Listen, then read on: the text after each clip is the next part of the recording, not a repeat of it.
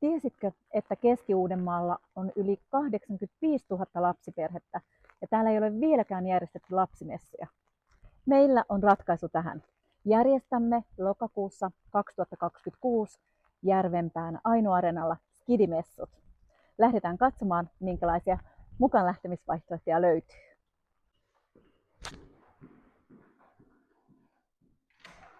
Olitteko tulossa paikkoja katsomaan? Ei muuta kuin peremmälle vaan. No niin, täällä ollaan Aino-areenalla tosiaan 3200 neliön tilassa. Ja tänne mahtuu skidimessuille kyllä mukaan sit pienemmälle ja ihan isommallakin brändipisteellä. Lähdetään kurkkaamaan, että mitä kokoja meiltä täältä löytyy. Täällä ollaan nyt meidän pienimmän brändipisteen luona. Eli tämä on tosiaan kooltaan 2 metriä kertaa 3 metriä. Ja tämä palvelee oikein kompaktisti pienempiä yrityksiä, jolloin esimerkiksi tavoittelee tehdä myyntiä tai promootiota, jolloin on vaikka pienempi henkilökunta mukana.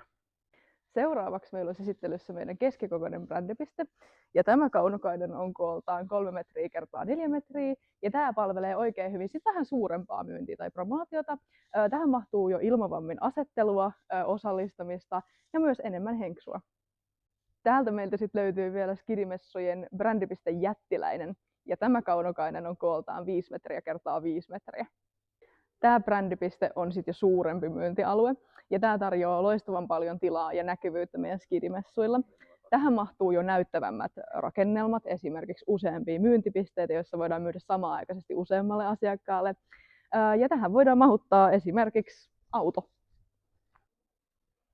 Ja täältä ylhäältä meiltä löytyy vielä lisää tilaa. Täältä löytyy nimittäin meidän Brandy Lounge. Ja tämä meidän Brandy Lounge on tosiaan kokonaisuudessaan 138 neliöä. Ja tänne mahtuu kokonaisuudessaan 200 henkeä seisoltaan. Täällä sä voit tehdä esimerkiksi brändibaarin, loungein, rakentaa tänne oikeastaan ihan mitä sä haluat. Ai niin, ja jos te varaatte meidän Brandy Loungein teidän käyttöön, niin tämä myös nimetään teidän brändin mukaisesti tyylillä X Lounge. Ja täältä parvelta meiltä löytyy vielä 2 kappaletta Brand Lobeja, eli 48 neliöisiä tiloja eksklusiivisesti teidän käyttöön. Täällä te voitte pelillistää, osallistaa, järjestää oikeastaan mitä vaan aktiviteettia. Tässä skidimessujen lavalla tulee tapahtumaan vaikka mitä. Suunnitteilla on paljon hauskaa ohjelmaa ja esiintyjä niin pienille kuin vähän isommillekin. Ja kuka tietää, ehkä tässä nähdään just sut tai teidän yrityksenne viihdyttämässä messukävijöitä.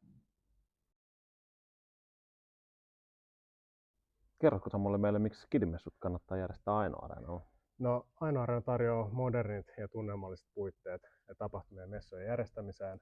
Meillä on lapsiperheitä ajatellen laajat parkkitilat, esteettömät tilat, julkisilla on helppo saapua ja 3004 tapahtuma-areena tarjoaa aika paljon tilaa myös perheen pienemmille temmeltä.